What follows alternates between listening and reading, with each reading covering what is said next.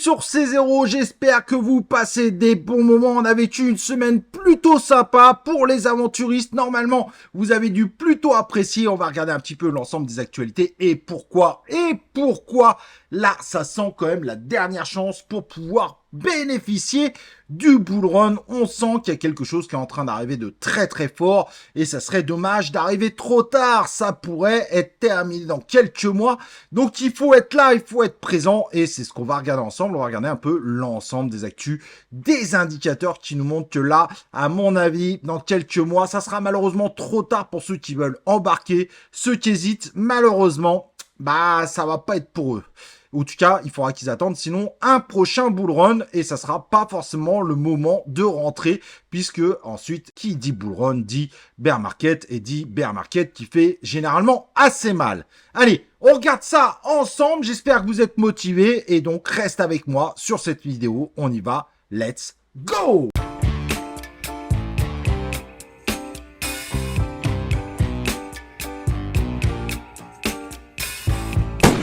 Alors évidemment, on va regarder pourquoi là, il y a quand même un gros risque que ça soit la dernière chance pour pouvoir entrer pour les hésitants.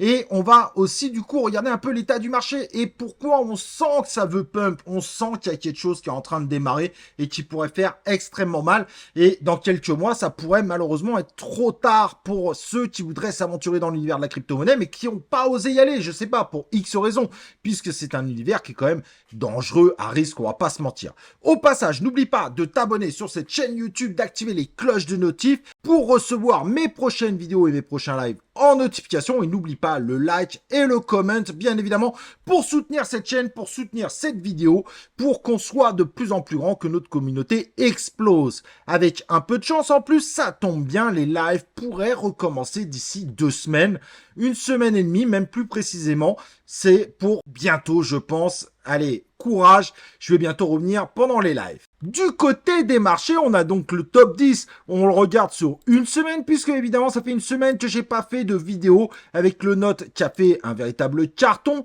même si là, il a tendance à ralentir, mais qui lui fait une courbe globale plutôt jolie. Le Brett, comme on l'avait imaginé, qui est rentré dans le top 100, ça fait super plaisir, évidemment. Ce même coin du côté de Base, on y croyait, et on a bien fait d'y croire. Et il faut le dire, il faut le remercier, puisque le BNB, c'était vraiment pas gagné. Et le BNB qui a dépassé son ATH, félicitations à lui, qui reprend du poil de la bête par rapport à notre ami Solana. Puisque Solana qui est à 78 milliards de market cap, le BNB est monté à 104 milliards. Félicitations à lui.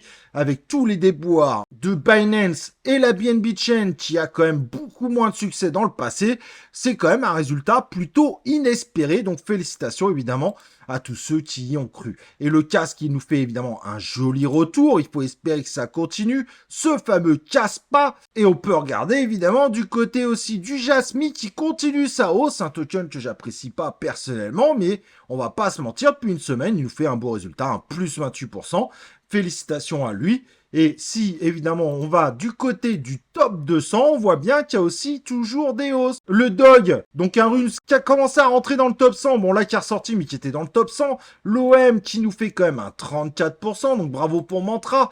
Le AVO, 12%. Le TWT, plus 11%. Le Pixel, plus 23, ce qui était complètement inespéré, on va pas se mentir. Le GMX, très bon projet, mais on savait pas trop le situer. Au cas, voilà, il y a des très bons résultats sur 1 semaine. Et le BR, évidemment, on en a parlé sur le Telegram, qui est un véritable carton. Bravo, d'ailleurs, c'est Mathis qui nous l'a sorti, qui nous a un peu poussé pour le prendre. Félicitations, merci à lui. Bien qu'il soit en redescente, grand bravo, puisqu'il a fait quand même une belle performance sur 1 semaine. On peut dire la même chose du côté d'Andy. Et le NOS, et voilà, Nozana qui décide enfin de refaire un petit rebond plutôt intéressant qui nous fait une très belle semaine dans le Dépinaï. Ce que je voulais aller voir également, c'est que cette semaine, même si là ça a rebaissé un petit peu à cause de cette journée, on a eu Nvidia qui a dépassé Apple. Donc là ça rebaisse, mais on pourrait évidemment revoir Nvidia repasser devant Apple. Il y a beaucoup de chances que ça arrive. Nvidia qui continue sa course vers le sommet. qui est 4e, mais qui était passé 3e brièvement, mais qui devrait, j'ai pas trop de doute là-dessus, repasser devant Apple et consolider peu à peu, comme on l'avait dit. Et ça, évidemment, c'est une excellente nouvelle pour les cryptos dans l'IA, qui devraient bientôt connaître un très fort rebond. Tout simplement parce que même s'il y a Nvidia, et donc Nvidia fait penser à l'intelligence artificielle, faut pas se leurrer, c'est l'intelligence artificielle qui fait monter Nvidia. N'oublions pas qu'Apple maintenant utilise certains des PINAI. On va parler de Render Token, d'Akash Network, mais probablement d'autres, puisque les nouveaux processeurs M4 utilisent directement les DPINAI pour pouvoir faire des calculs complémentaires. Sachant qu'aujourd'hui, ils sont installés sur les nouveaux iPads, ça fait encore tout petit. Imaginez quand ceux-ci vont arriver sur les iPhones, etc. au mois de septembre, on va un petit peu moins rigoler, puisque là, on va commencer à parler d'un déploiement assez violent. Et ceci pourrait fortement aider, évidemment, les DPINIA. Et avec la hausse de Nvidia, il y a beaucoup de chances, évidemment, que l'intelligence artificielle revienne en force au niveau des crypto-monnaies. Donc notre Total 2, qui représente l'ensemble des crypto-monnaies hors Bitcoin, n'est pas à son ATH, mais on voit bien qu'il y a vraiment de la pulsion, que là, ça a envie de monter, et ça, c'est très, très bon signe. On a, cette fois, quelque chose qui nous montre qu'on pourrait avoir de résultats très, très forts qui vont débarquer. Ça, c'est une excellente nouvelle. On voit bien qu'on a une tendance qui est violente, et qui prépare peut-être d'excellents résultats. D'ailleurs, on voit bien qu'un certain nombre de crypto-monnaies sont plutôt bien remontées depuis un mois. On peut le voir ici, si on se met sur un mois, on a quand même des très jolis scores, même le top 100. Si certaines cryptos sont encore rouges, on va pas se mentir, globalement, on a quand même fait des très très bons scores du côté des crypto-monnaies. Du côté du Bitcoin, c'est tout à fait pareil.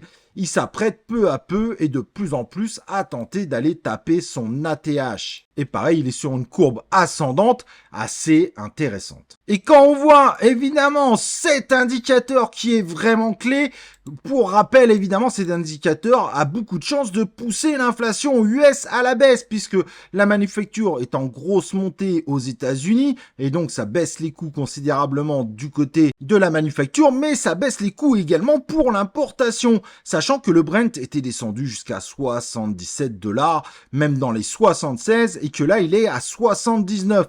Donc le mois de mai a vraiment confirmé la baisse du Brent et ça veut dire que le 12 juin, on devrait normalement nous annoncer une inflation qui est en baisse pour le mois de mai, ce qui ferait énormément plaisir au marché puisque ça amènerait évidemment la Fed à être contrainte de dire que la baisse des taux est complètement réalisable cette année, de la confirmer plus ou moins. Et donc notre marché, et ça on aura évidemment cette réponse qui devrait faire cartonner les marchés, si jamais on était en dessous de 3%, ça serait très très bon pour notre marché et ça ne ferait que nous aider évidemment à faire de gros gains dans l'univers des crypto-monnaies. Donc comme je disais, on est plutôt sur des bonnes news, même si de l'autre côté, la réglementation MiCA en Europe, et je suis désolé évidemment pour mes amis européens, ça va être un petit peu plus compliqué pour vous puisque tout le monde s'inquiète évidemment de la réglementation et on a même le URL qui était le stablecoin de l'euro qui va s'arrêter. Et attention, si vous avez de l'EURL, très peu de gens l'utilisent puisqu'il est très peu utilisé pour le trading. Vous avez jusqu'à fin août pour pouvoir récupérer les euros équivalents. Et ça, sur le coup, MiCA va mettre une cartouche à pas mal de monde. On ne sait pas trop comment ça va se dérouler. Évidemment, les stablecoins comme ceux de Circle devraient être disponibles. On devrait avoir de plus en plus de paires de trading qui partent du côté de Circle. Donc USDT, EURT, etc., etc. Mais un certain nombre de stablecoins devraient tout simplement disparaître. Tout simplement parce que certains stablecoins refusent catégoriquement de se plier aux règles imposées par MiCA. Car cette règle est dangereuse pour les stablecoins eux-mêmes. Tout ce qu'ils demandent, c'est qu'on mette des fonds en garantie, mais juste de fonds simples. Donc, si tu émets, par exemple, 10 000 USDT, il faut qu'il y ait au moins 6 000 $ en dollars purs qui aillent dans une banque. Donc, avec évidemment aucun intérêt. Alors que la possibilité d'acheter du trésor européen aurait été très bien, puisque c'est de l'achat de dette, ça aurait été rentable pour tout le monde. Mais malheureusement, MiCA en a décidé autrement. C'est pour ça que ça va se complexifier au niveau des marchés crypto-monnaies pour les Européens. Mais rassurez-vous, je pense que finalement, en termes d'échange, on voit bien que Binance va vous proposer, vu que c'est l'exchange le plus connu et aujourd'hui le plus utilisé en Europe, ils vous proposeront tout simplement de swapper vos USDT en un autre stablecoin qui lui serait autorisé sur le territoire européen. Du côté des Suisses, normalement, pas de problème. Voilà, la seule chose qui aurait tendance à inquiéter par rapport aux cryptos, je pense pas que c'est ça qui fait que la crypto monte moins vite qu'un SP500 qui bat encore ses ATH et encore, c'est que l'offre du Bitcoin, 40% de l'offre du Bitcoin serait concentrée sur les baleines, et ça fait un petit peu peur, mais honnêtement, je pense pas que c'est d'impact réel, en tout cas aujourd'hui ça en a pas, mais beaucoup lancent une sonnette d'alarme, comme quoi il faudrait quand même faire attention à ce problème. Heureusement d'ailleurs que la période est haussière, ce qui permet d'avoir ce marché actuel, puisque du côté de la SEC, on est en train de nous prévenir que ça pourrait mettre beaucoup plus de temps que les gens imaginent pour pouvoir mettre des ETF ETH sur le marché. Malgré la demande et l'attente par rapport à cette demande, ça pourrait mettre beaucoup plus de temps que prévu, donc il va falloir faire attention. Mais a priori, pour le moment, c'est plutôt bien parti. Ça semble plutôt bon. Le marché se porte assez bien. Ça permet de contrebalancer évidemment cette actualité, qui ne veut pas dire que les ETF ETH ne sortiront pas, mais a priori, il y a une envie de cadrer tout ça qui pourrait prendre un peu de temps. En revanche, du côté de ceux qui aiment la Turquie est en train d'enlever toutes les taxes sur les bénéfices, sûrement pour attirer du monde, puisqu'évidemment leur monnaie se porte pas très bien, même si c'est en train de se calmer un peu, mais la Turquie deviendrait potentiellement, dans le futur proche, une destination de rêve pour les détenteurs de crypto et surtout pour ceux qui ont fait du bénéfice avec leur crypto-monnaie. Alors, pourquoi, évidemment, on risque d'être sur une dernière chance? C'est que pour beaucoup, finalement, le bull run serait peut-être à sa moitié. Mais si on est à sa moitié, on voit bien que là, on est en train de propulser. Tout va bien. Tous les indicateurs sont ultra positifs et le mois de juin devrait potentiellement, normalement, finir en vert à moins d'une énorme catastrophe, d'une troisième guerre mondiale. Mais il y a peu de chances quand même que ça arrive comme ça soudainement. Donc on a quand même beaucoup de chances que maintenant on parte sur un marché haussier en attendant les résultats de l'inflation qui ont beaucoup de chances d'être très positifs. Et donc là, les marchés commencent à pricer aussi une annonce potentiellement d'une inflation en dessous de 3%. Et c'est pour ça que là, le risque que vous avez, tout simplement, si vous hésitez à rentrer dans la crypto-monnaie ou à faire vos achats, c'est que ça monte de plus en plus vite et que vous n'ayez pas le temps de rentrer ou vous rentrez évidemment trop tard quand vous arrivez à la fin de la hausse. Et pour moi, là, il y a quand même un risque finalement d'être bien sur la dernière chance avant de rentrer dans les crypto-monnaies, puisqu'on voit que certaines grosses crypto-monnaies, si Solana déçoit un petit peu dernièrement, mais qui correspond à la crainte qu'on avait du fait qu'il soit énormément porté par les mêmes coins, ce qui peut aussi le faire redescendre très vite, ben on voit bien que des BNB, des Ethereum se portent plutôt pas mal. Certes, certains aimeraient que le XRP fasse de tels résultats, mais aujourd'hui, c'est pas forcément encore le cas. Mais on voit bien qu'on a une propulsion qui est en train de se passer. On le voit avec le Total 2 qui est plus du tout hésitant. Pour moi, il y a quand même vraiment un risque d'être sur une dernière chance pour pouvoir faire de gros gains dans l'univers de la crypto-monnaie. On est quand même bien parti pour tenter de repartir en exponentiel et donc évidemment de potentiellement redémarrer un bull run pour ceux qui considèrent que la première phase était un bull run ou de démarrer le bull run pour ceux qui considèrent que c'était pas forcément un bull run. Mais en tout cas, là, on est quand même que sur du très très positif et il faudrait faire très attention parce que si ça part très vite, ça pourra redescendre très vite. Si malheureusement vous entrez dans quelques mois, il y a beaucoup de chances que vous ayez tout simplement loupé un cycle et donc pourquoi pas attendre 4 ans supplémentaires, même si on pense que les cycles dans le futur seront beaucoup plus dilués et beaucoup moins puissants. Mais ça, évidemment, seul l'avenir nous le dira. Voilà, j'espère en tout cas que vous avez passé un bon moment sur cette vidéo. Vous inquiétez pas, les lives reprendront bientôt. Et donc, si vous ne l'avez pas fait, n'oubliez pas de liker cette vidéo. Et nous, on se retrouve comme d'habitude pour une prochaine vidéo et ou un prochain live de C0.